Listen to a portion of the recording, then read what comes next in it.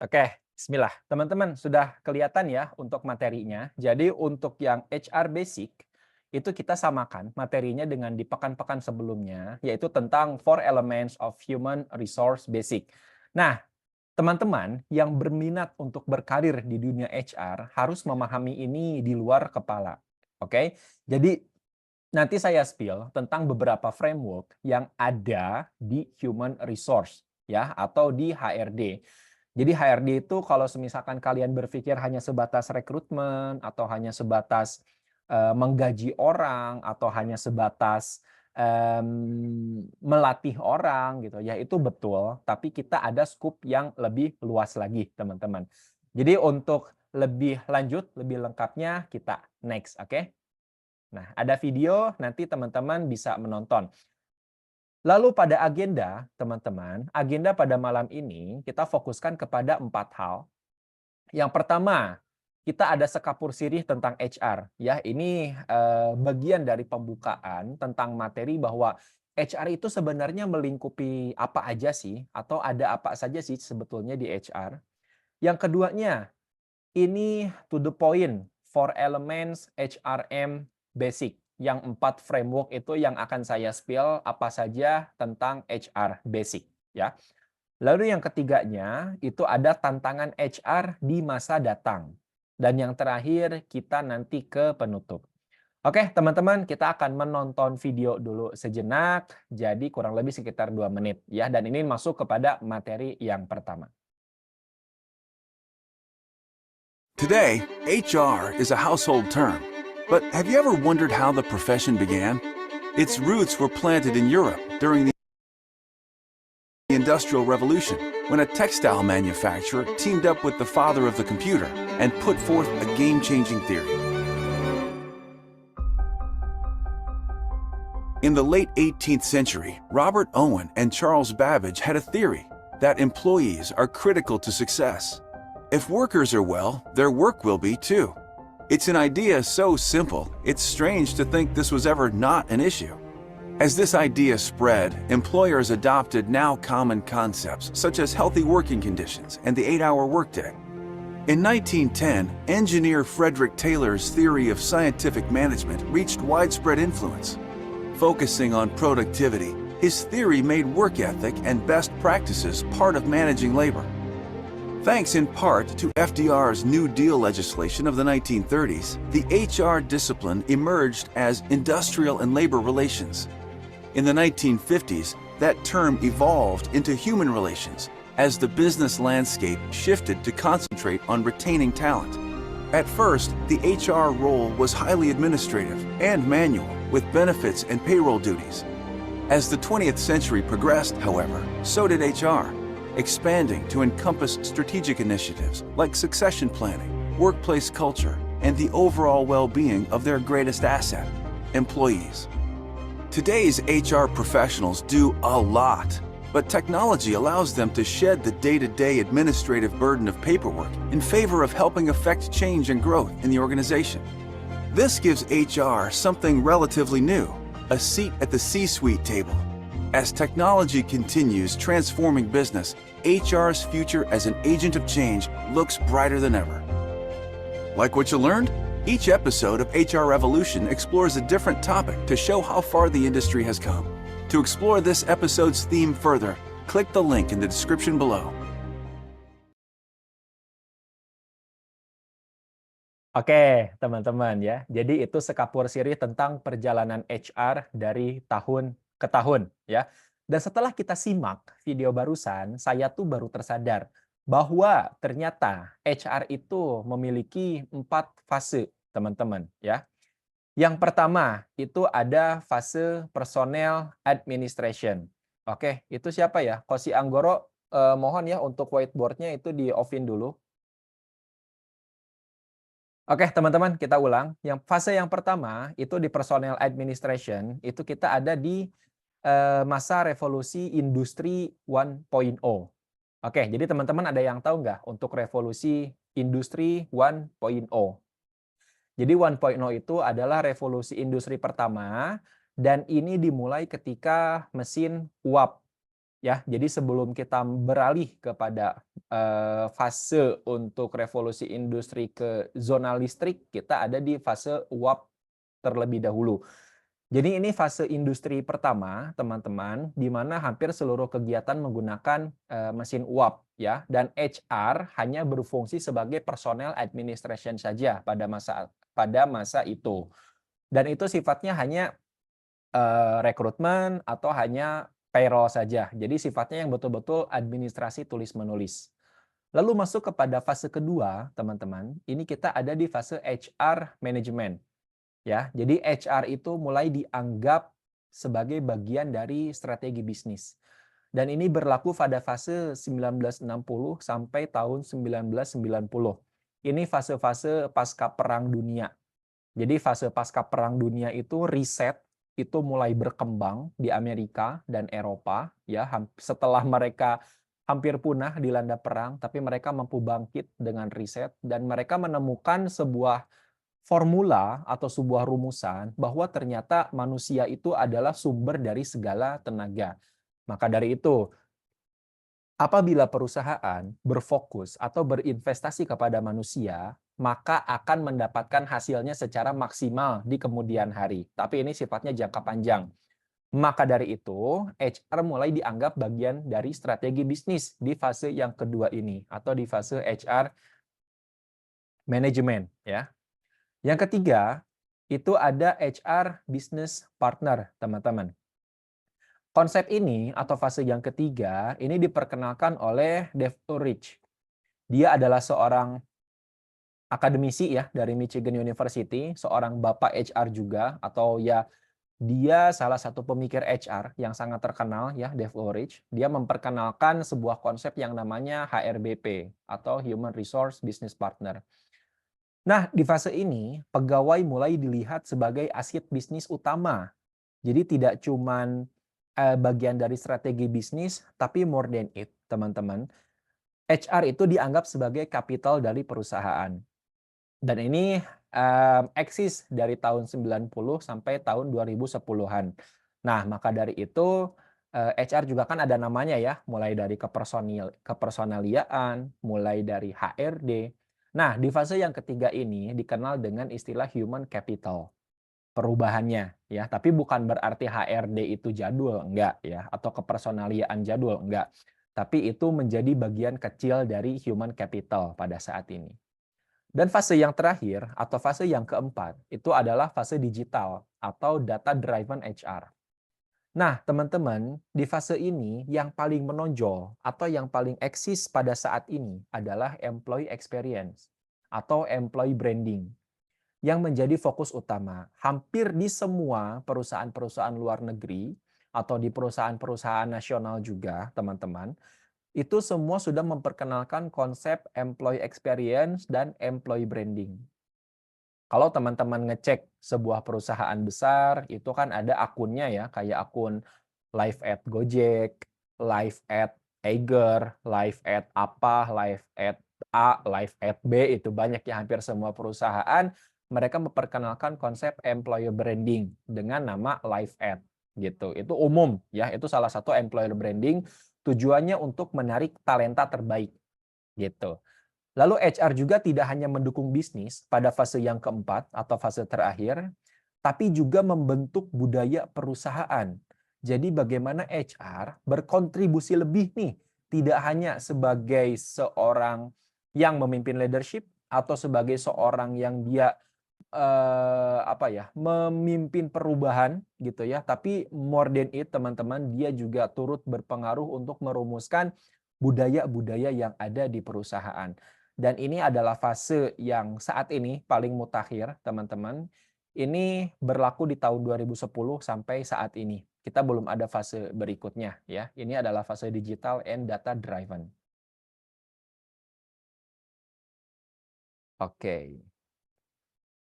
Lalu yang berikutnya, teman-teman, ini saya ada dua sumbu ya, ada fase 1 sampai kepada fase 4. Nah, ini fase yang pertama, tadi ada personnel administration, ini berlaku sampai kepada fase 4.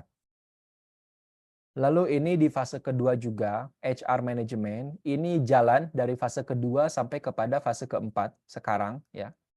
Yang ketiga pun sama, HRBP ya, mulai dari fase ketiga sampai sekarang fase keempat. Dan yang terakhir, HR Digital and Data Driven, ini juga dimulai dari fase keempat sampai sekarang. Ya, jadi yang sebelum-sebelumnya, mulai dari Personnel Administration sampai HRBP, itu bukan hilang, tapi kerjaan HR nambah gitu. Jadi yang asalnya cukup mungkin hanya personel, pelatihan, ya, atau semisalkan hanya payroll, tapi nambah untuk saat ini karena ilmunya berkembang, teman-teman. Jadi HR juga saat ini sangat berkontribusi terhadap pengambilan keputusan yang berbasiskan data atau data driven. Oke, teman-teman, kita lanjut. Nah, saya mau kenalan dulu nih teman-teman, karena kalau dengan saya mungkin semuanya udah hampir pada kenal ya. Ini saya mau memperkenalkan platform saya, namanya Step and Stories. Kenapa sih namanya Step and Stories gitu? Kenapa namanya nggak yang berbau HR atau yang berbau HRD gitu? Nah, kita jelas punya konsep yang berbeda ya teman-teman. Jadi Step and Stories itu adalah syariah karir and HR consulting yang membantu individu dan bisnis dalam membangun karir dan sistem SDM yang berbasis nilai syariah. Jadi kami percaya teman-teman bahwa setiap langkah atau step dalam dunia kerja itu semuanya menyimpan cerita atau akan menjadi stories yang bisa menjadi pelajaran berharga. Nah, mengapa sih harus step and stories? Karena setiap langkah dalam karir itu kita ada ceritanya masing-masing, teman-teman. Ada kisahnya masing-masing. Kami hadir untuk membantu kamu menuliskannya dengan lebih baik, dengan ilmu yang tepat, strategi yang jelas, dan nilai yang bermakna. Oke, lalu Step and Stories itu bukan hanya tempat belajar, tapi kami adalah sebuah ekosistem bagi Anda yang ingin melangkah lebih jauh dalam dunia kerja ataupun dunia HR, teman-teman. Jadi itu ya, kita kenalan dulu dengan Step and Stories. Step-nya itu adalah langkah dan stories-nya adalah cerita-cerita. Jadi satu kali langkah itu akan menghadirkan beragam cerita, teman-teman. Jadi itu alasan kenapa saya mengambil Step and Stories. Yang jelas nanti ada HR salah satu divisi di dalamnya. Kita akan kupas tuntas nanti mengenai HR-nya di Step and Stories di framework berikut.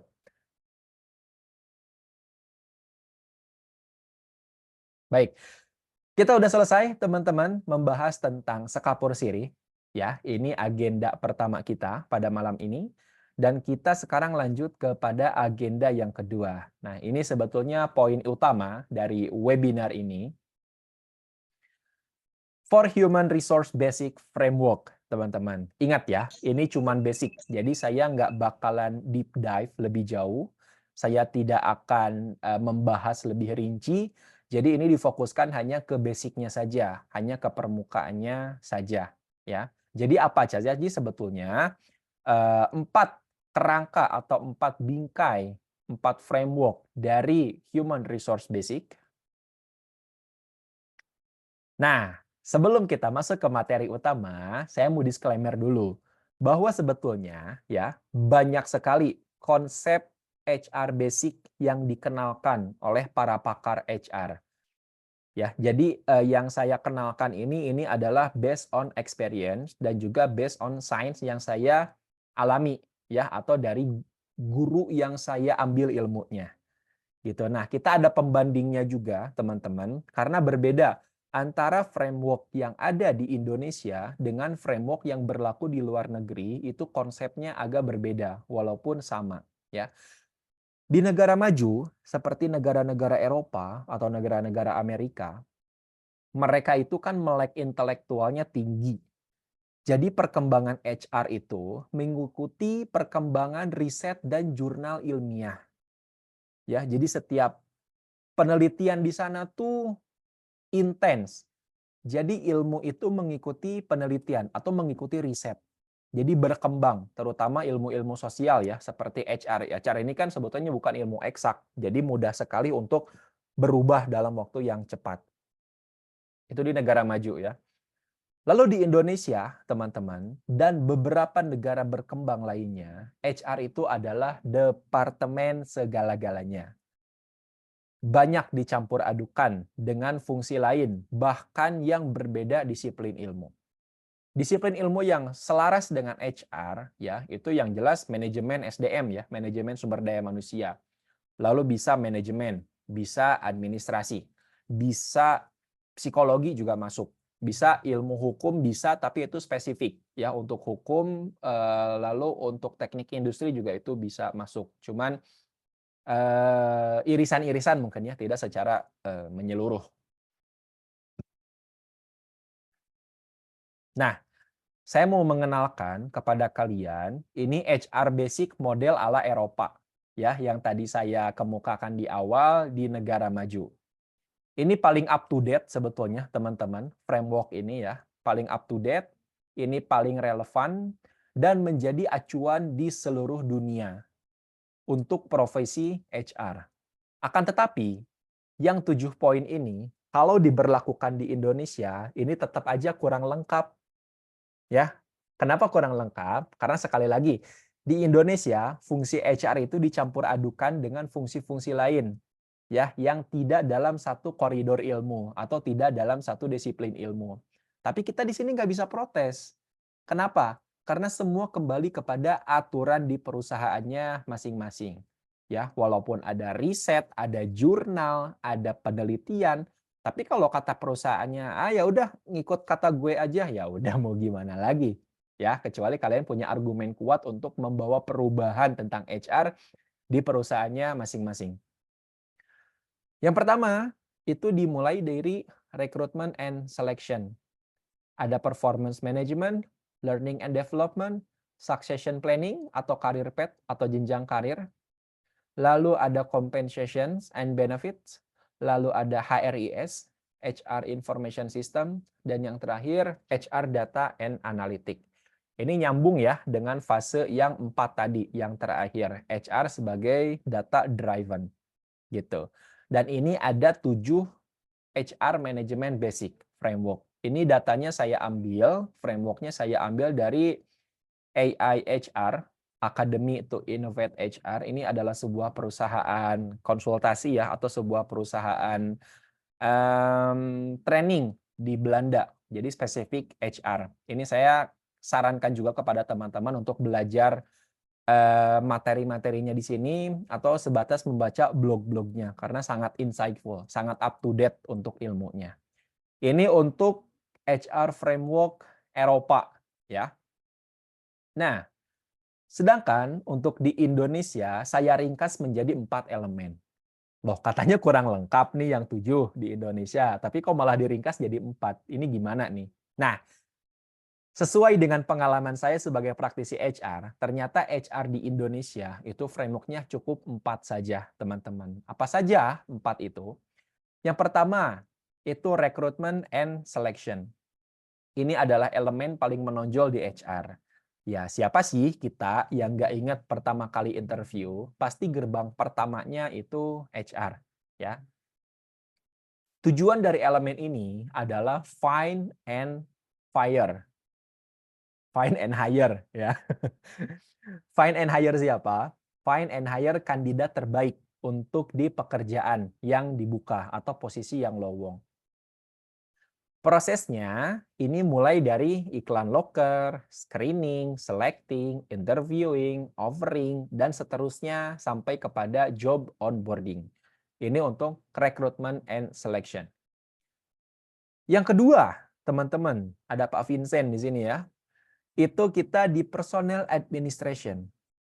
Fungsi personnel administration atau administrasi kepersonaliaan. Ini masuk kepada fungsi yang tadi, yang HRD jadul ya. Tapi maksud dari personnel administration di sini bukan hanya sebatas tulis-menulis saja. Ini berkaitan dengan administrasi yang lebih luas seperti payroll atau penggajian, HR database juga masuk, HRIS juga masuk, KPI juga masuk, job description juga masuk, struktur organization, job evaluation, dan lain sebagainya. Itu masuk kepada komponen dari framework yang kedua atau personnel administration. Ini agak typo ya, administration. Sorry. Yang ketiganya itu adalah learning and development. Di mana-mana hal ini merupakan bagian yang penting dan yang paling basic juga selain rekrutmen. Yaitu kita menggibah nih karyawan yang dia asalnya nggak becus ngerjain apa-apa. Apa-apa tuh maunya diajarin gitu kan. Tetapi tiba-tiba menjadi ahli di bidangnya. Semua berkat learning and development. Nah, dulu itu dikenalnya dengan TND atau training and development. Namun, ada pergeseran makna atau bergeseran paradigma karena learning itu dianggap lebih luas dan menyeluruh secara maknanya. Kalau training dulu identik dengan pelatihan-pelatihan kasar atau pelatihan yang hard skill ya, pelatihan hard skill seperti ya cara memukul paku atau cara mengebor, cara mengelas di dalam air. Nah, itu training sifatnya hard skill. Tapi untuk learning itu secara keseluruhan, soft skill-nya masuk, attitude-nya masuk, jadi masuk kepada elemen kompetensi itu lebih enak disebut learning ya. Dan ini istilah ini berlaku hampir di seluruh dunia ya, learning and development. Nah, yang keempat, dan ini kayaknya cuma ada di Indonesia ya, ini industrial relation, teman-teman. Di Indonesia, ini masuk ke dalam basic HR. Kenapa? Di luar negeri enggak tuh, di luar negeri enggak ya. Jadi dipisah fungsinya. Kenapa di Indonesia masuk ke dalam fungsi HR? Karena HR harus paham banget undang-undang ketenagakerjaan dan turunannya. Nah, turunan dari undang-undang ketenagakerjaan itu ada puluhan, teman-teman. Banyak. Termasuk yang terakhir mungkin ada surat edaran THR, ada lagi peraturan menteri, ada lagi peraturan pemerintah, ada lagi mungkin surat edaran bupati dan lain sebagainya itu yang berkaitan dengan undang-undang ketenagakerjaan. Ya, banyak banget turunannya. Belum lagi BPJS Kesehatan juga masuk, kalian harus paham. Belum lagi mungkin nanti ada, kalau yang ngurus K3 ya, harus paham tentang undang-undang K3. Belum lagi nanti ada banyak banget lah pokoknya ya. Saya nggak bisa jelasin satu-satu, tapi pada intinya nanti kalian setelah masuk dunia HR bakal learning by doing ya soal industrial relation ini. Nah, jadi kurang lebih HR framework itu setelah saya buat visualnya kurang lebih kayak gini. Jadi simpel banget ya yang mau saya ajarkan hanya sebatas HR framework. Terdiri dari 4 elemen. Elemen yang pertama rekrutmen, yang keduanya personal administration, yang ketiganya learning and development, dan yang keempatnya industrial relation. Simpel banget ya, mudah ketimbang yang tadi 7. Yang luar negeri ya maksudnya ada 7 framework. Kita cuman cukup 4 aja. Tapi ini hanya permukaan loh teman-teman. Setelah didetailkan, nah banyak poinnya ya. Ini cuman di sayap kanan aja. Rekrutmen, ini mulai dari MPP atau manpower planning atau penyediaan tenaga kerja. Itu dimulai dari memahami visi misi atau job analysis, job description, sampai kepada talent acquisition, sampai kepada over negotiation and hiring decision. Lalu ini ada komponen baru ya, employer branding tadi, HR sebagai data driven juga pada saat ini di era digital. Ada identifikasi dan penguatan employer value proposition sampai kepada partnership and community engagement. Nah, ini HR harus paham nih yang kayak gini ya. Yang keduanya, ini kita masuk ke ranah personal administration. Masuk kepada, ini di sini ada 3 cabang ya. Cabang yang pertama ini database, kita berbicara tentang database. HR sebagai data driven. Nah, ini nih kunci-kuncinya. Mulai dari payroll, compensation and benefit ya, ada salary structure, ada bonus, ada insentif dan lain sebagainya. Kehadiran lalu performance appraisal masuk, HRIS juga masuk ke sini. Lalu kepada exit proses atau offboarding ya, nanti bisa kalian baca nanti karena nanti akan saya share ya untuk materinya teman-teman. Lalu cabang kedua itu ada insurance atau asuransi. Ini yang umum aja, yang regulatif, normatif ya. Maksudnya kita ngikut ke undang-undang aja. Ada BPJS Kesehatan, BPJS Ketenagakerjaan. Kalau semisalkan perusahaan teman-teman atau nanti tempat kalian bekerja memberlakukan asuransi swasta itu masuk ke dalam komponen dari cabang framework ini. Yang ketiganya, ini adalah HR Policies and Procedure. HR harus paham aturan yang ada di perusahaan. Ya, ini berlaku tentang kebijakan-kebijakan, hal-hal yang sifatnya birokratif, bagaimana kalian bisa menulis surat keputusan direktur, menulis surat edaran, menulis surat apa yang berlaku di internal perusahaan. Ini sifatnya policies. Yang kedua, itu SOP. Umumnya yang mengurus SOP itu adalah HR juga, ya, hampir di semua perusahaan. Dan yang terakhir itu ada prosedur development atau pengembangan dari prosedur, update SOP atau update dari kebijakan-kebijakan yang ada. Ini selintas ya, detailing dari recruitment and personnel administration. Sekarang kita beralih ke sayap yang kiri. Nah, kita mulai dari learning and development dulu. Yang pertama, cabang yang pertama itu ada learning and training. Ya, mulai dari soft skill, ada ROI-nya, mulai dari sampai kepada training action plan in workplace. Jadi impact dari training itu apa? Itu nanti dibahas dari action plan-nya. Cabang yang kedua itu development, teman-teman, ya. Jadi ada learning, ada development. Development itu masuk kepada employee development program. Ya, jadi hampir di semua perusahaan ada employee development program. Umumnya itu kayak manajemen training atau ada future leader atau kayak apa lagi ya, banyak istilahnya lah ya. Ini untuk pengembangan karyawan. Sampai kepada performance management ya, KPI dan juga atau OKR atau manajemen by objektif atau apapun itu ya yang berkaitan untuk mengukur performa di perusahaan masing-masing. Itu bagian dari development.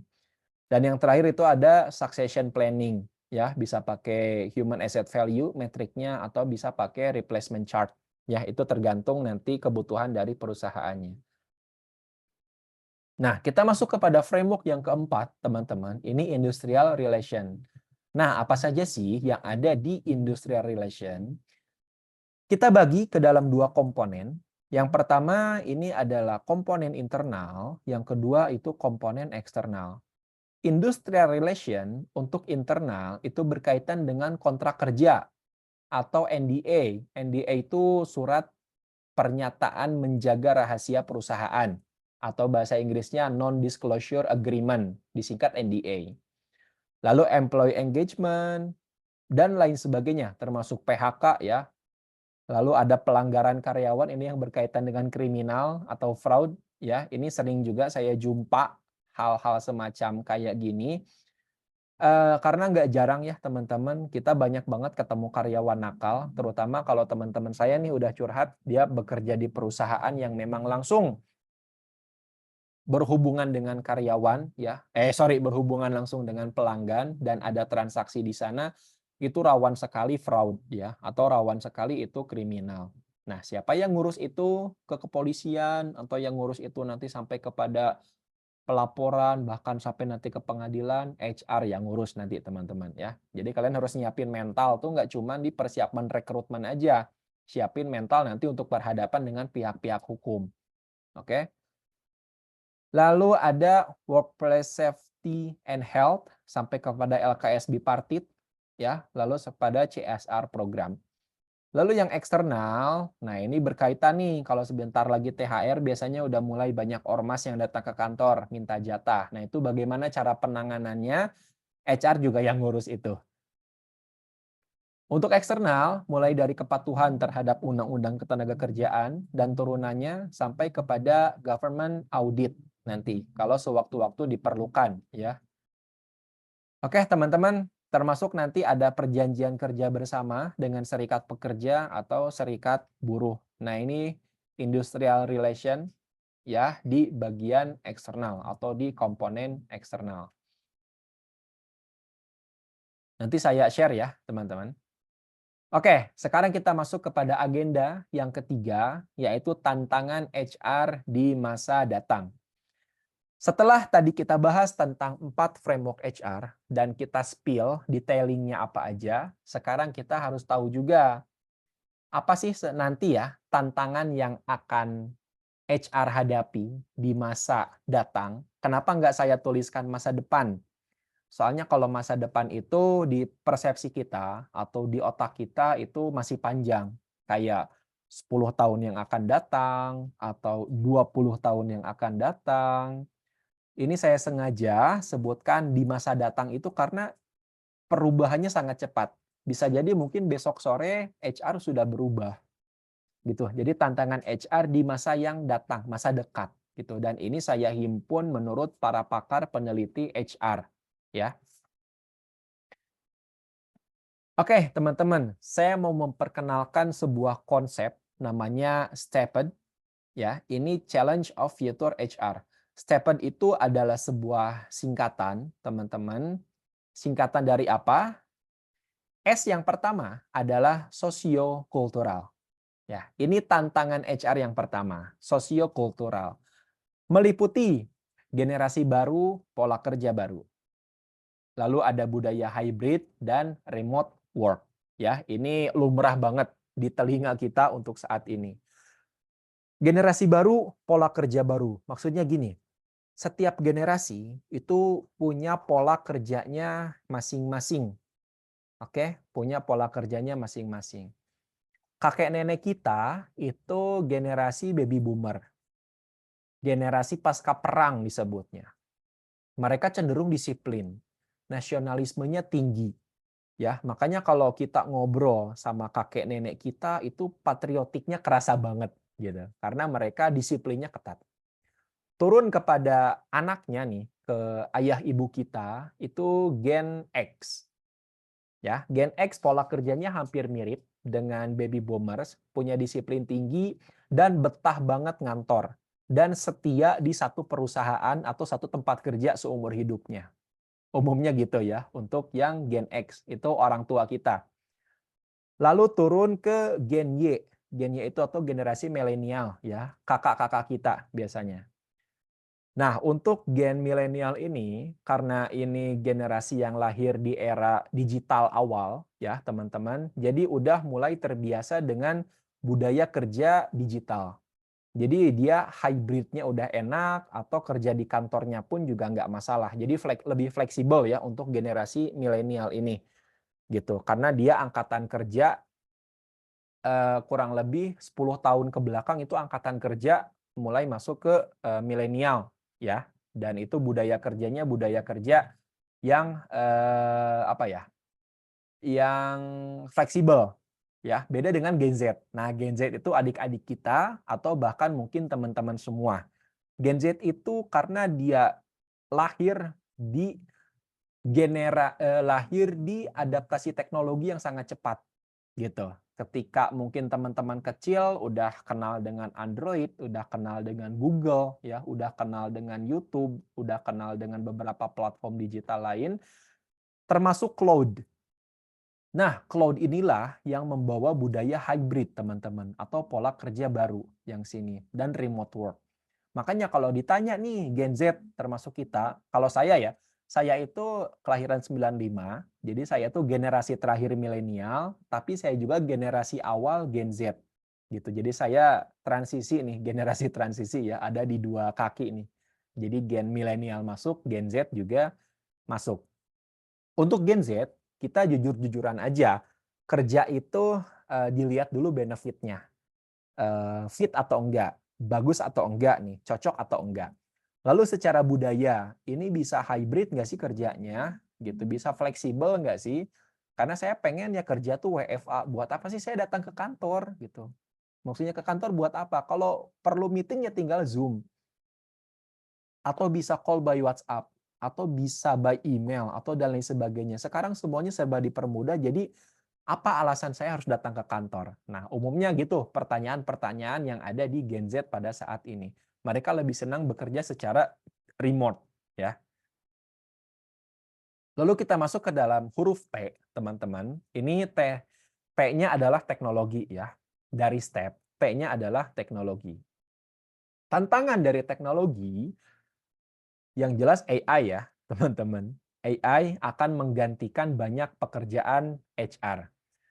Sekarang mungkin sudah banyak juga pekerjaan yang diambil alih oleh AI, salah satunya editor atau semisalkan researcher ya atau peneliti nih kayak market research atau data research itu biasanya sudah diambil alih oleh AI ya. Dan kemungkinan pekerjaan HR pun akan banyak didisrupsi oleh si AI ini gitu. Yang kedua, dari teknologi adalah HR analytic and data driven decision making. Oke, jadi bagaimana seorang HR dia mampu memberikan nilai-nilai analitik kepada eh, pengambil keputusan, entah itu atasan kita atau kita sendiri, dan kita harus menjadi seorang data driven. Jadi apa-apapun itu harus berdasarkan data, harus faktual, nggak bisa berdasarkan insting atau berdasarkan feeling. Ini kayaknya harus begini deh, soalnya saya serg ke sini gitu. Nah nggak bisa gitu. Jadi harus by data semuanya, by data ya, bisa dikuantifikasi semuanya. Itu yang urusan teknologi. Untuk AI, ya bagaimana pinter-pinternya kita sekarang berkolaborasi dengan AI, teman-teman. Karena mau bagaimanapun AI sekarang mudah banget aksesnya. Bahkan di WhatsApp sendiri pun ya, kita ada Meta AI itu aksesnya gampang banget.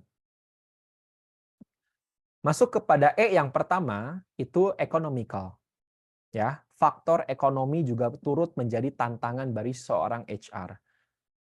Yang pertama, untuk economical, itu ada global and remote hiring, teman-teman. Banyak ya adik-adik kita yang dia internship tapi di perusahaan luar negeri dan itu remote kerjanya. Global hiring tapi kerjanya di Indonesia. Digaji dengan dolar. Kalau di Bali mungkin ada satu kafe mungkin ya, isinya dia remote worker semua. Dia bekerja untuk perusahaan Kanada, perusahaan Belanda, perusahaan Australia gitu.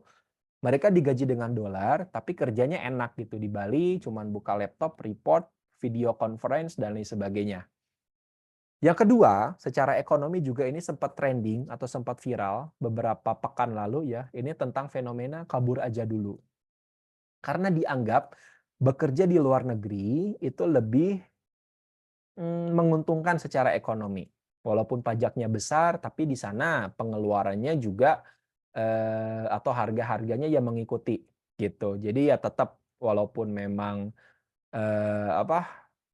pengeluarannya besar, tapi mereka tetap bisa saving di sana. Jadi banyak banget influencer di luar negeri yang menggunakan tag kabur aja dulu dengan memunculkan benefit-benefitnya gitu. Nah ini tantangan ekonomi bagi seorang HR karena bisa jadi karyawan-karyawan terbaik di kita atau talent-talent yang ada di perusahaan kita ya kena hijack gitu perusahaan luar negeri atau buruknya mungkin perusahaan dalam negeri atau kompetitor kita. Masuk kepada poin P, ini adalah poin political. Nah, apa saja sih yang ada di poin political? Yang pertama, tantangannya adalah regulasi ketenagakerjaan yang labil. Undang-undang ketenagakerjaan itu sudah mengalami beragam perubahan. Ada yang pro, ada yang kontra. Terakhir dengan Undang-Undang Ciptaker dan turunannya atau Omnibus Law ya dan turunannya gitu.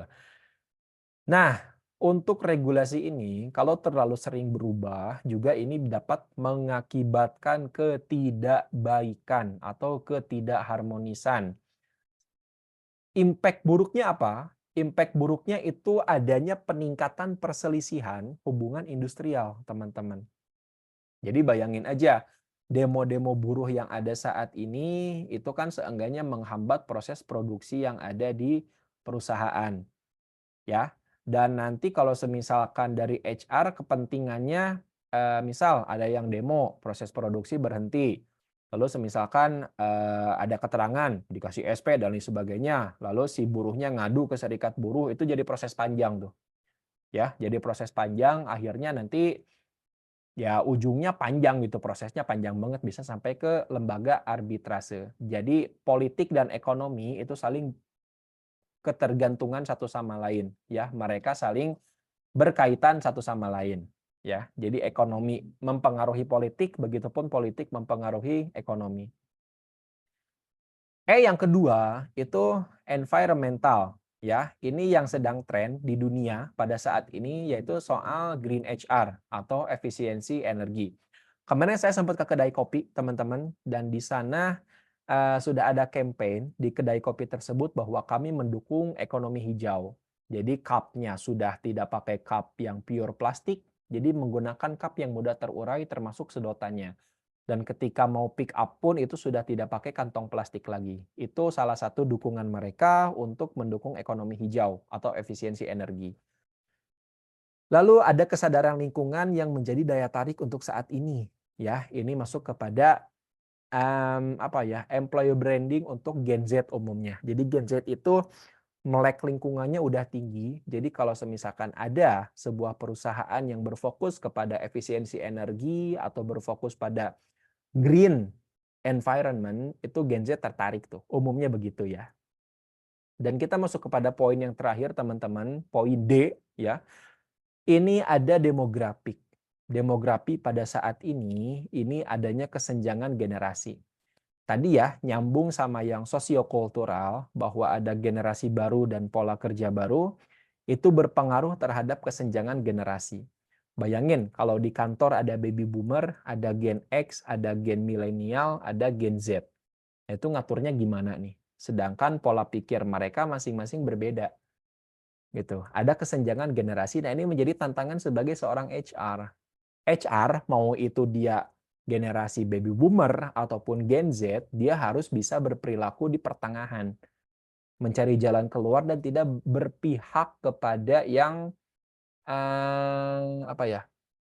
dia tetap berpihak kepada yang benar, harusnya begitu, berpihak kepada yang baik dan benar, gitu. Jadi tidak berpihak kepada generasinya, walaupun salah tetap dibela, enggak, gitu ya. Tetap dia harus bersikap adil.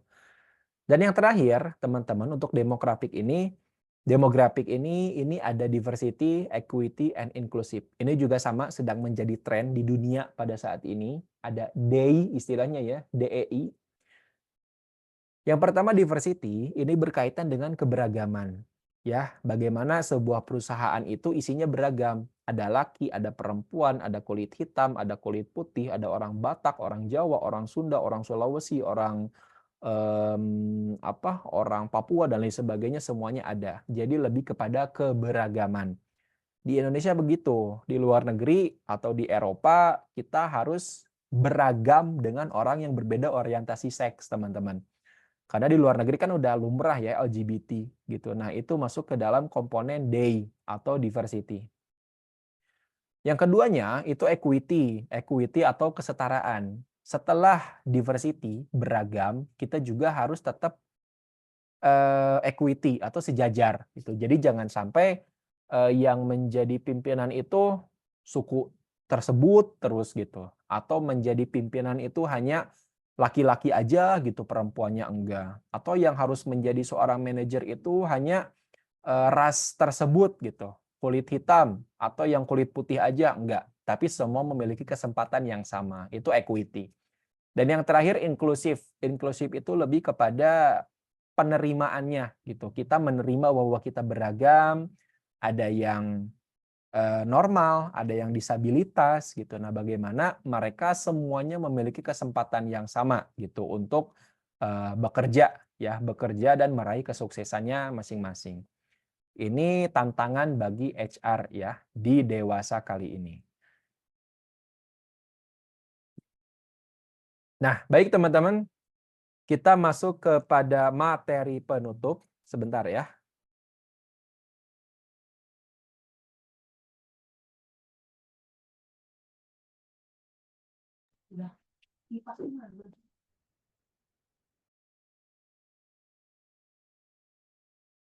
Wait.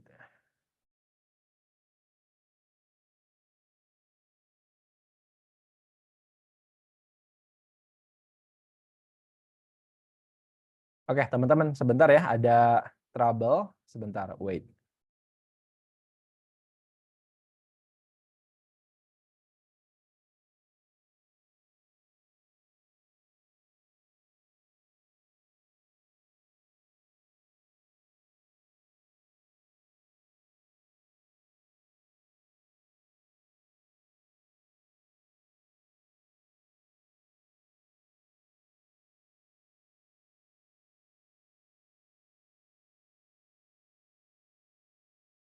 Oke, teman-teman, kita lanjut ya. Ini kita masuk kepada penutup pada webinar pada malam hari ini ya. Untuk penutup ini aku mau kasih kalian tips nih tentang skill set agar bisa menjadi winning HR atau kalian bisa menjadi pemenang di HR ya. Skill set yang pertama untuk menghadapi beragam tantangan yang sudah kita bahas sebelumnya itu adalah strategic thinking and business acumen. Sekali lagi ya, karena HR itu bukan hanya HR, tapi HR melingkupi keseluruhan bisnis dan teman-teman juga harus memiliki strategic thinking, teman-teman, atau berpikir strategis 5 tahun, 10 tahun yang akan datang, atau berpikir taktis, bagaimana perusahaan mampu meraih tujuannya, mampu meraih cita-citanya, mampu mengirimkan value kepada customer-nya. Gitu. Nah, itu berpikir strategic thinking. Yang kedua, HR Analytics and Data Driven Decision Making. Ini udah saya bahas ya sebelumnya, bagaimana seorang HR dia menentukan keputusan berdasarkan data. Udah nggak bisa lagi by feeling. Ya. Lalu yang berikutnya, ini adalah Digital and Technological Adaptability. Bagaimana kita mampu atau kita kompeten untuk memanfaatkan teknologi sebaik-baiknya. Sekarang eranya AI ya, bukan saatnya kita mengutuk-ngutuk teknologi tentang wah ada AI dan lain sebagainya, tapi bagaimana kita bisa berkolaborasi membawa nilai baru dengan AI, karena dengan AI itu bisa membawa manfaat bagi kita teman-teman. Bisa jadi karir kita lebih cepat atau kita belajar juga lebih cekatan ya, lebih cepat juga gitu. Tergantung bagaimana cara kita memanfaatkannya. Beda kalau misalkan kita pakai AI tapi untuk nanya agama Mayor Teddy gitu kan. Apa agamanya Mayor Teddy ya? Apa gitu nggak guna gitu. Kita tanya-tanya yang begituan ke AI gitu. Tanya buat belajar gitu, buat belajar, buat menggali informasi yang penting untuk cita-cita kita. Yang berikutnya itu ada employer branding atau employee experience. Ini skill yang harus digali juga untuk seluruh HR ya, employee branding. Karena ada persepsi teman-teman bahwa pada saat ini HR adalah the new marketing of company atau the new marketing of enterprise. Jadi bagaimana seorang HR mampu mendeliver value kepada pasar tenaga kerja agar perusahaannya lebih menarik nih di mata pencari kerja gitu. Nah, itu employer branding. Lalu kalau employee experience ini berkaitan dengan retensi. Bagaimana kita mengadakan program-program yang relate dengan karyawan yang ada di perusahaan kita. Misal ada family gathering atau misalkan ada employee gathering, ada buka bersama tapi dengan konsep yang unik. Misalkan buka bersama tapi wajib pakai seragam SMA atau misalkan sambil cosplay gitu kan pakai karakter favoritnya masing-masing dan lain sebagainya. Itu hal-hal yang sifatnya unik dan itu menjadi experience bagi mereka. Atau sebatas ngasih reward nih, udah pernah naik WUS atau belum? Naik kereta cepat? Oh belum, ya udah kamu besok naik WUS gratis sekeluarga gitu sama ibu sama bapak atau sama istri sama anak gitu. Itu kan menjadi experience bagi karyawannya gitu. Yang berikutnya ada industrial relation and legal compliance. Ini tadi udah saya bahas ya, ada di framework, tapi itu harus menjadi kemampuan utama juga buat kalian. Karena untuk menjadi HR, kalian dituntut untuk banyak menyelesaikan kasus nantinya. Apalagi kalau ketemu karyawan-karyawan yang dalam tanda kutip nakal, ya. Itu akan membawa kalian sedikit lebih menantang ke proses hukum. Yang berikutnya, people development and learning culture. HR harus bisa menjadi learning culture atau membangun learning culture di perusahaannya. Ya, harus menjadi seorang pembelajar. Lalu people development, bagaimana seorang HR mampu mengembangkan individu yang ada di perusahaannya. Yang berikutnya ada agile HR. Agile itu cekatan ya teman-teman, atau satset gitu, satset, fast respon. Lalu change management. Change management itu berkaitan dengan manajemen perubahan. Kalau sekiranya suasana udah nggak kondusif, bagaimana seorang HR dia mampu untuk mengajak puncuk pimpinan, ya, mengajak bos atau CEO bahwa kita harus melakukan perubahan atau perombakan dengan metode tertentu. Dan yang terakhir, seorang HR harus memiliki jiwa servanthood, jiwa melayani. Karena HR itu punya konsumen, teman-teman. Ya, kalau orang marketing, orang sales, customer-nya atau konsumennya itu jelas orang yang bayar. Ya, orang yang bayar berarti itu customer kita atau klien kita. Tapi HR, customer-nya adalah karyawan. Ya, maka dari itu kita juga harus tetap memberikan servis. Ya, harus memberikan servis diiringi dengan emotional question yang baik atau EQ yang baik. Diiringi juga dengan empati atau pendengar yang baik. Lalu harus mampu beradaptasi dengan baik, ya, dan harus memiliki growth mindset. Kalau paketan skill ini nggak dimiliki, teman-teman, kalian akan menjadi seorang HR yang baperan, dan itu nggak baik. Ya, jadi HR-nya HR yang pilih kasih. Karena si ini mah baik ke saya, jadi saya berikan servis yang baik.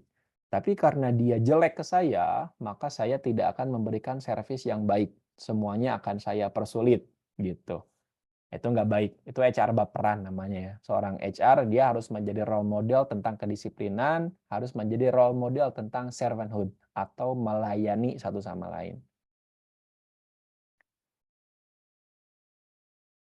Baik, teman-teman, terima kasih atas atensinya. Ya, ini ada satu quotes dari Dave Ulrich, teman-teman, salah satu tokoh pemikir pemikir HR atau saya lebih suka menyebutnya Bapak HR ya.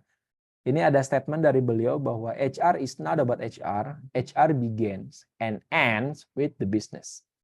Jadi kalau kita berbicara HR, itu sebenarnya bukan berbicara HR, karena HR itu dimulai dan diakhiri dengan bisnis. Ketika kita berbicara tentang manusia, ketika kita berbicara tentang SDM, maka kita sedang berbicara perusahaan secara menyeluruh. Oke, kembali lagi kepada framework yang sebelumnya kita kembali lagi kepada fase yang sebelumnya bahwa HR mengalami beberapa perubahan, salah satunya HR saat ini sudah menjadi elemen penting di perusahaan. Oke, baik teman-teman, saya cukupkan untuk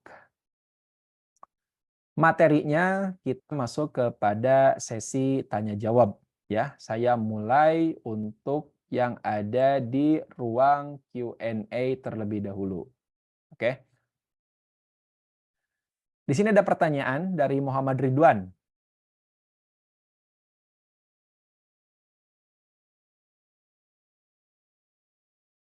Izin bertanya Kak tentang step N syariah bernilai syariah. Itu maksudnya gimana ya Kak? Soalnya ada kata syariah, makasih. Oke. Teman-teman, saat ini kita kan Indonesia ya. Indonesia itu mayoritas Islam. Tapi jarang sekali perusahaan yang menerapkan kultur budaya Islami di kantornya masing-masing. Sesimpel apa? Sesimpel bisa nggak perusahaan memberikan kebijakan atau kelonggaran waktu tentang waktu sholat berjamaah gitu, zuhur dan asar. Kalau zuhur umumnya sering ya, karena itu berbarengan dengan waktu istirahat. Tapi asar kebanyakan itu dilewat karena masuk ke dalam waktu kerja. Nah, kalau di perusahaan saya sendiri, teman-teman, saya sebagai HR, membaca data ya sekali lagi, data karena mayoritas karyawannya Muslim, bahkan hampir 100% Muslim, saya mencari tahu dulu kewajiban seorang Muslim itu apa, salah satunya ya sholat. Gitu ya. Apalagi perusahaan saya, perusahaan Al-Quran, teman-teman, dan itu basisnya harus syariah banget. Maka saya memberikan kebijakan untuk kelonggaran waktu di sholat asar. Ya, sholat asar itu wajib berjamaah ke masjid. Itu lalu saya juga memberikan kelonggaran waktu bagi karyawan agar bisa sholat duha ya di jam kerja gitu. Itu waktunya dari jam 8 sampai jam 11 siang. Jadi boleh gitu. Jadi ada beberapa kebijakan yang sifatnya syar'i tapi itu sifatnya kultural gitu. Lalu ada program kajian rutin juga di kantor saya ya, ada program kajian rutin, ada program CSR-nya juga CSR kita berbagi Al-Qur'an ya dengan anak yatim. Kemarin juga kita barusan ada program buka bersama dengan anak yatim, dengan anak-anak panti ya. Lalu ada beberapa program nanti yang memang secara kulturnya itu syariah banget gitu. Nah, syariah ini kan teman-teman aturannya udah ada ya, aturannya udah ada, tapi hampir sedikit nih yang memberlakukan di Indonesia. Padahal di Indonesia kan negara mayoritas muslim ya. Harusnya ngeh gitu sebagai muslim kita mendukung syariat agar bisa diberlakukan. Sesederhana itu gitu loh. Lalu kayak kebijakan kita menggunakan pakaiannya yang jelas harus menutup aurat ya. Lalu untuk di hari Jumat saya tidak mewajibkan batik. Batik itu di hari Kamis, untuk di hari Jumat saya mewajibkan untuk menggunakan pakaian yang terbaik yang disukai oleh karyawan itu. Entah itu mau pakai jubah, mau pakai pakaian koko dan lain sebagainya. Itu salah satu kebijakan ya yang saya buat di perusahaan gitu. Itu untuk kultural. Lalu ada yang berkaitan dengan karir juga. Nah, bagaimana kita bisa mendekatkan diri kepada Tuhan, kepada Allah ya Subhanahu wa taala agar urusan kita dipermudah nih dalam karir. Gitu. Saya ada cerita teman-teman ya. Saya ada cerita bahwa kalau kita apa ya maksudnya? Meningkatkanlah frekuensi ibadah kita gitu. Insya Allah semua urusannya akan dipermudah dan itu sudah saya buktikan gitu. Selama ini saya tidak pernah bercita-cita untuk ngobrol di depan kalian atau sebelumnya mungkin ada kisah-kisah yang sempat saya alami ya teman-teman. Mungkin teman-teman bisa baca di LinkedIn saya tentang story-nya gitu kan. Itu semua karena apa? Karena apa yang sudah saya lewati beberapa hari ini gitu ya menjadi sebuah pengalaman dan itu saya tuangkan ke dalam apa istilahnya, kayak pena spiritual gitulah teman-teman, ada experience-nya tersendiri, ya. Itu teman-teman, Kang Ridwan ya, untuk, tentang step and syariah yang bernilai syariah, jadi itu sifatnya lebih kepada kultural. Oke, dari Mas Rifan, silakan Mas Rifan, boleh open mic. Baik, terima kasih atas waktu yang diberikan, Ya, Pak Ruslan ya. Izin bertanya. ya. Yang saya ajukan yaitu mengenai tentang Steped Challenges of Future HR, yang mana tadi sudah dijelaskan ya mengenai 6 hal, yaitu tentang social cultural, juga technological, political, environmental, demographic, dan juga economical ya. Hmm. Ada pertanyaan yang khusus yaitu membahas mengenai tentang 2 hal, yaitu technological dan juga demographic, yaitu bagaimana HR dapat mengintegrasikan teknologi artificial intelligence untuk meningkatkan efisiensi tanpa mengurangi peran manusia, dan apa langkah yang diambil oleh HR untuk mengelola perbedaan generasi di tempat kerja, terutama dengan masuknya Gen Z di dunia profesional. Seperti itu, Kak. Terima kasih. Oke. Oke, baik Mas Rifan. Saya izin menjawab ya. Yang pertama, bagaimana cara kita mengintegrasikan AI agar ini tidak berimpact kepada manusianya ya. Kalau saya pribadi, ini berdasarkan dari pengalaman saya ya. Saya di kantor juga ada program untuk berlangganan AI. Jadi justru saya menyarankan kepada karyawan yang ada di kantor saya untuk menggunakan AI. Kalau perlu kalian berlangganan akan kantor berikan benefit itu gitu ya. Tujuannya apa? Tujuannya lebih kepada mempermudah pekerjaan dari si orang itu gitu untuk dia mampu mencapai target yang perusahaan sudah tentukan. Nah, bagaimana berikutnya impact kepada manusianya? Sekali lagi ya, tadi udah saya berikan kata kuncinya, kita pinter-pinter untuk bisa berkolaborasi dengan AI. Karena untuk mengintegrasikannya, apalagi yang bisa kita gunakan selain kolaborasi? Gitu. Sekarang AI kan sudah membanjiri ya, sudah membanjiri kita. Hampir di semua platform ada. Di Instagram, di Facebook, di WhatsApp, karena satu grup ada Meta. Kita ada ChatGPT, ada yang terbaru dari Cina DeepSeek. Lalu di Twitter kita punya Grok. Ada banyak banget semuanya hampir ada AI dan hidup kita mungkin sekarang udah sedikit agak lupa sama Google. Kita sekarang pakai AI dalam kondisi apapun, dalam situasi apapun. Ya, jadi teman-teman, bagaimana cara kita mengintegrasikan hal itu? Alangkah lebih baiknya sedikit demi sedikit kita harus mulai beradaptasi dengan berkolaborasi dengan AI. Ya, itu yang pertama jawaban dari saya. Karena itu yang saya berlakukan di kantor. Saya mencoba memberikan program kepada teman-teman yang ada di perusahaan saya bahwa AI saat ini menjadi sebuah tantangan sekaligus peluang. peluang bisa menjadi akselerasi prestasi bagi kita, gitu. Lalu yang keduanya tentang bagaimana cara kita menghadapi demografi atau multi generasi yang ada. Sekali lagi, peran HR salah satunya dia punya peran regulatif. Ya, ada kalau misalkan kita masuk perusahaan, kita membuat peraturan perusahaan. Kalau misalkan ada serikat buruh, kita pakai PKB atau perjanjian kerja bersama. Mau itu generasi baby boomer sampai kepada generasi Z, satu suara harus patuh dulu kepada peraturan perusahaan. Ya, ini berkaitan tentang kedisiplinan, hak kewajiban, dan lain sebagainya. Itu yang pertama. Yang kedua, banyak gap itu sebetulnya di masalah komunikasi.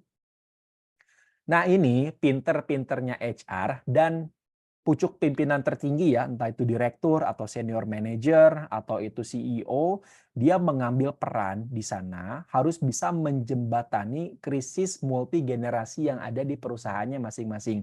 Jadi jujur aja, Mas, kalau HR ngambil peran sendiri, lemah, nggak bisa, susah. Kalau HR mengambil peran sendiri, HR pun harus berkolaborasi dengan yang lain. Masing-masing generasi itu kan ada kayak influencernya gitu. Misalkan di perusahaan saya ada tuh yang generasi X, paling influence di generasi X adalah Bapak A.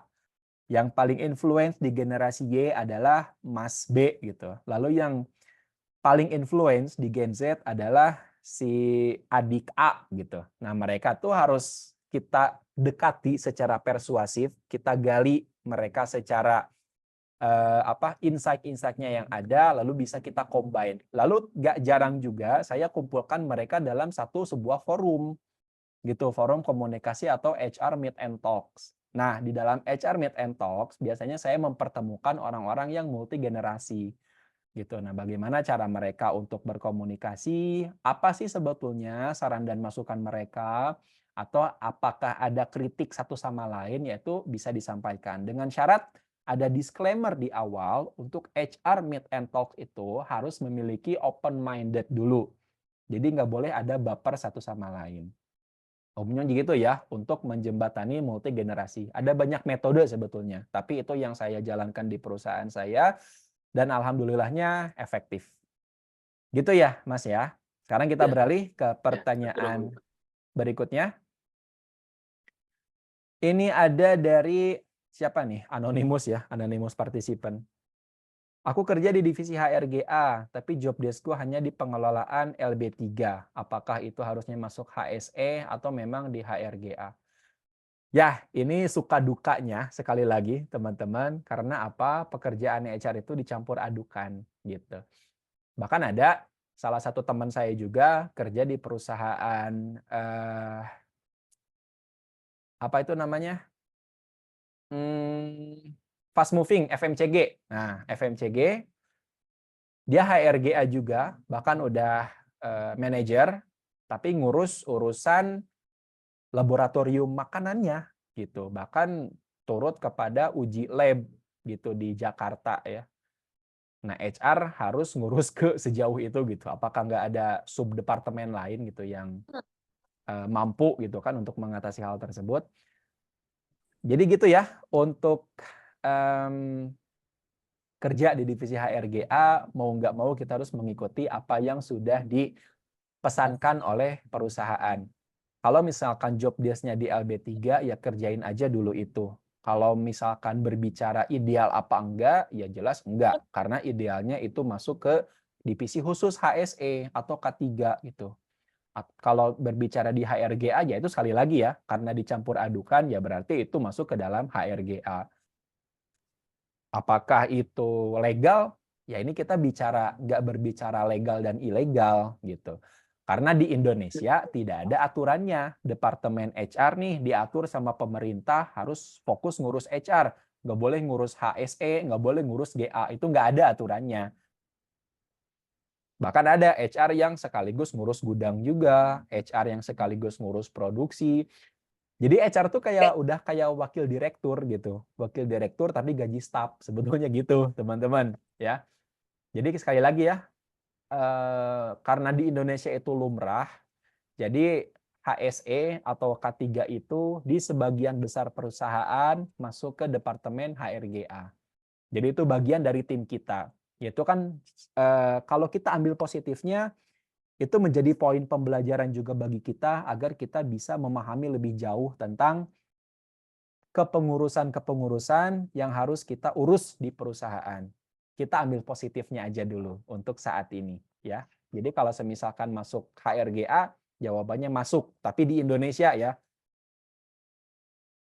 Pertanyaan berikutnya, bagaimana kita menerapkan skill servanthood, tapi masih banyak yang memiliki pandangan bahwa seorang HR itu harus terlihat galak dan tegas, yang membuat karyawan pun canggung atau segan dengan HR, sehingga karyawan itu sendiri tidak terbuka akan masalah yang ada. Terima kasih. Oke, kalau saya pribadi di kantor, setiap 6 bulan sekali itu ada feedback ya, atau ada kuesioner yang saya bagikan, karena itu masuk kepada penilaian saya juga secara pribadi ya. Ada namanya performance appraisal atau feedback lah ya, 360 degree feedback. Salah satunya adalah apa unek-unek yang kalian miliki gitu. Apa yang unek-unek karyawan yang ingin ada di perusahaan ini. Itu biasanya mereka lebih aktif menyampaikan suara, menyampaikan pendapat melalui tulisan. Umumnya ya begitu. Lalu namanya anonimus. Namanya disamarkan gitu. Namanya nggak bakal kelihatan. Dan itu mereka lebih terbuka.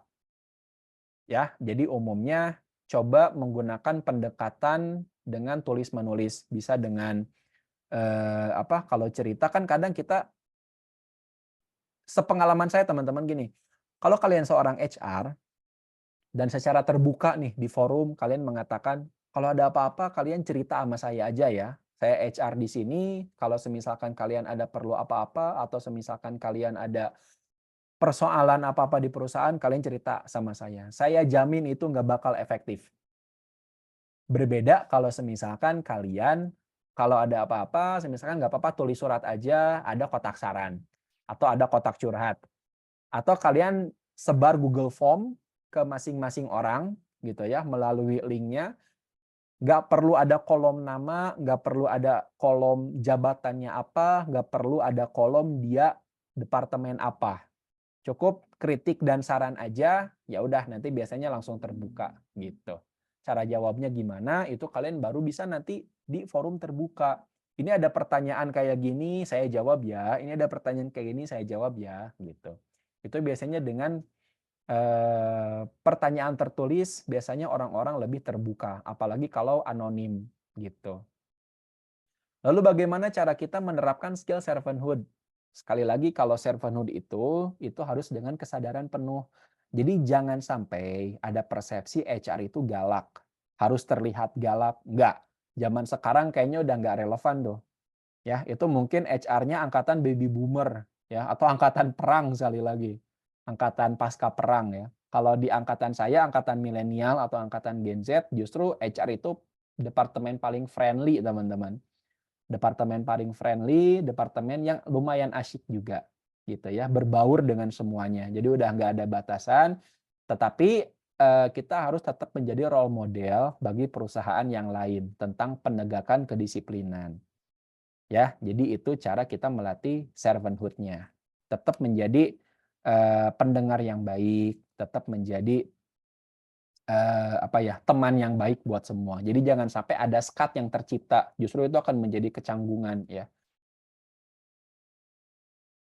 Berikutnya dari Mas Aris Jumandar. Saya sangat ingin sekali belajar dan mendalami di bidang HR. Apakah ada jurusan tertentu yang berkaitan atau bebas?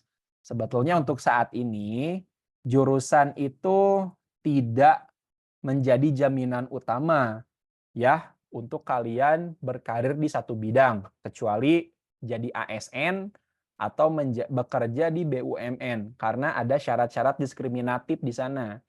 Kalau di perusahaan swasta ada juga gitu kan, yang menerapkan syarat-syarat diskriminatif harus dari lulusan A, lulusan jurusan B, lulusan jurusan C gitu. Kalau saya prefer melihat itu bukan dari pendidikan, teman-teman. Kalau saya melihat kandidat itu pertama dari riwayat pelatihan. Riwayat pelatihan itu menjadi fokus saya. Kenapa? Karena dari pelatihan itu kan dia menunjukkan minat. Misalkan dia jurusannya teknik kimia, tapi pelatihannya semuanya HR. Lalu ketika saya lihat summary-nya juga, dia memiliki minat atau passion terhadap HR. Lalu ada pengalaman organisasinya nyambung juga dia di HR. Artinya kan dia sudah menunjukkan minat yang baik untuk berkarir di HR. Gitu. Lalu lihat pendidikannya teknik kimia, apakah saya skip? Ya enggak, akan saya simpan CV-nya untuk nanti saya panggil ke interview. Gitu. Jadi kembali lagi kepada minatnya dan juga riwayat pelatihannya. Untuk saat ini ya, saya tidak terlalu memfokuskan dia lulusan mana atau dari jurusan apa. Kalau berbicara jurusan yang relevan dengan HRD, itu ada manajemen SDM, jelas ya. Fakultas Ekonomi Bisnis hampir di semua universitas ada FEB, jurusan manajemen. Nanti ada fokus di beberapa semester akhir itu fokusnya di SDM. Lalu ada jurusan psikologi, lalu ada jurusan apa lagi ya? Itu aja sih kayaknya kalau yang paling relevan ya, kayaknya itu aja sih. Lalu dari Kamaludin, izin bertanya, dewasa ini marak dengan penggunaan AI atau robotik di dunia bisnis, bahkan di negara-negara maju sudah menggunakan robot dalam proses operasional. Sorry. Lah kok ngilang ya? Nah, sorry.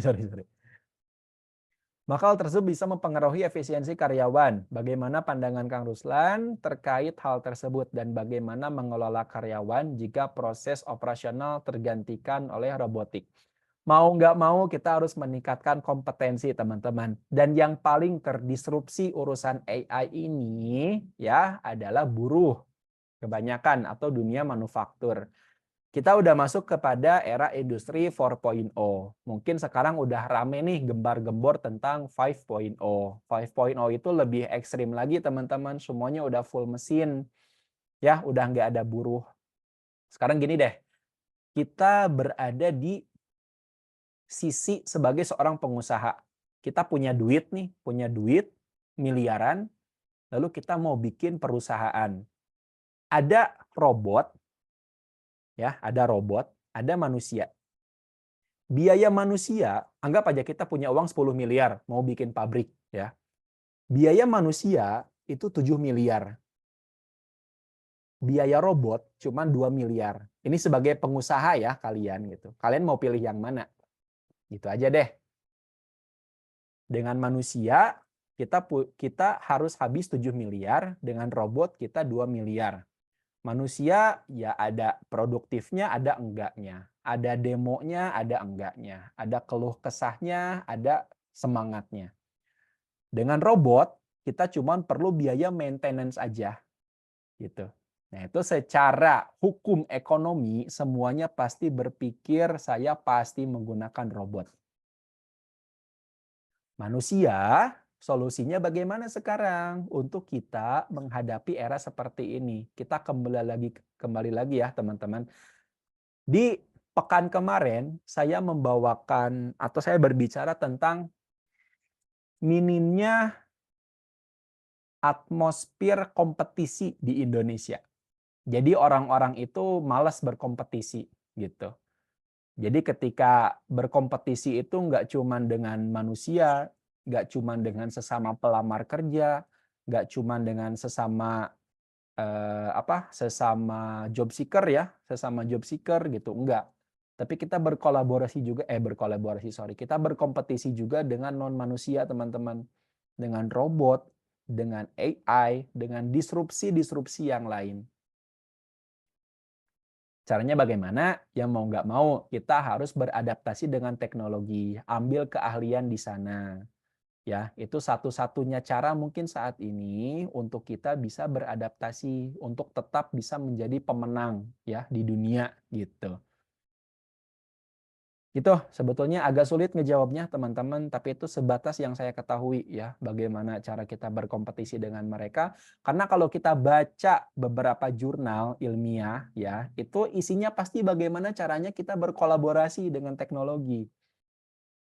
Gitu. Kita sekarang udah nggak butuh staf payroll, kita udah nggak butuh staf pajak, kita udah nggak butuh staf apalagi ya, staf personalia khusus gitu. Karena semuanya udah pakai HRIS. Jadi tinggal kita pakai satu staf saja khusus HRIS ngurusin semua, kerjaan udah beres. Udah gitu. Bahkan saya payroll pun nggak nyampe seminggu gitu. Dulu saya sempat payroll ya sebelum pakai HRIS itu beberapa hari bahkan nyampe 1 minggu. Tapi untuk sekarang beberapa jam aja beres gitu. Itu kan saking dahsyatnya teknologi teman-teman. Dan mau nggak mau ya saya pakai itu gitu, toh lebih efisien.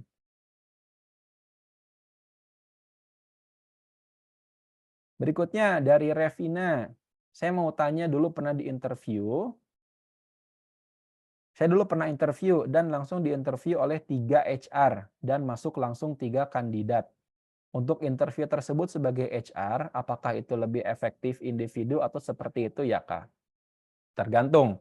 Interview itu ada banyak macamnya. Ada one-on-one interview, ada group interview. Kalau saya prefer saya combine. Ya, jadi untuk yang pertama, ketika HR melakukan interview, itu nggak langsung kepada skill, teman-teman. Tapi yang HR lihat itu adalah culture kalian fit atau enggak. Ya, jadi ketika HR menginterview itu ada 2 komponen. Yang pertama skill fit, yang keduanya culture fit. Nah, biasanya HR masuk kepada komponen culture fit dulu. Alhamdulillah. Biasanya HR masuk kepada komponen culture fit dulu. Ya, culture si orang itu sesuai nggak sih dengan yang ada di perusahaan? Gitu. Misalkan perusahaan kita culture-nya syariah atau culture-nya di sini friendly satu sama lain, nggak ada gap, nggak ada apa ya? Nggak ada saling senioritas gitu. Kita kulturnya nggak ada senioritas. Nah, dia masuk nggak, fit nggak sama kultur kita? Biasanya itu yang HR lihat. Nah, untuk skill itu masuk kepada tahap interview user nanti, calon atasan kalian. Kalau lolos di tahap ini, tahap culture fit. Baru masuk ke dalam tahap skill fit. Setelah culture-nya cocok, dilihat dulu skill-nya nanti sama user atau sama calon atasan kalian. Cocok atau enggak nih secara skill-nya, bisa nggak ngerjain teknis A, teknis B, teknis C. Kayak gitu teman-teman ya, untuk proses interview. Kalau berbicara efektif atau enggak, ya dua-duanya ada plus minusnya gitu. Kalau grup interview, itu yang dilihat plusnya adalah orang yang aktif berdiskusi, orang yang aktif berbicara. Tapi ketika one on one itu bisa lebih deep dive lagi. Ya, bisa lebih mengetahui gestur, bisa lebih mengetahui cara dia berbicara, ketahuan dia bohong atau enggak, bukan bohong ya, ngarang atau enggaknya itu bisa kelihatan, itu kalau one on one. Gitu. Kalau saya biasanya one on one dulu, setelah itu beres semua tuh one on one, kan ada tuh yang lolos satu, yang keluar satu, yang lolos satu, yang keluar satu, baru saya kumpulin, saya grup interview di situ. Jadi kalau saya prefer combine, dua-duanya saya pakai. Tuh ya, teman-teman. Satu pertanyaan lagi.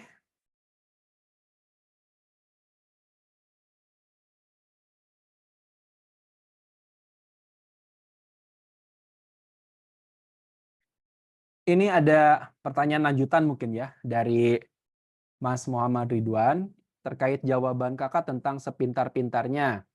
Berarti apakah HR diharuskan buat buku panduan kepada karyawan agar apa ini? Enggak.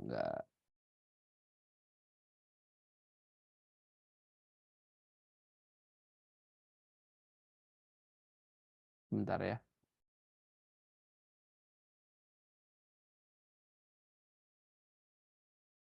Agar dalam menggunakan AI tidak melebihi batas.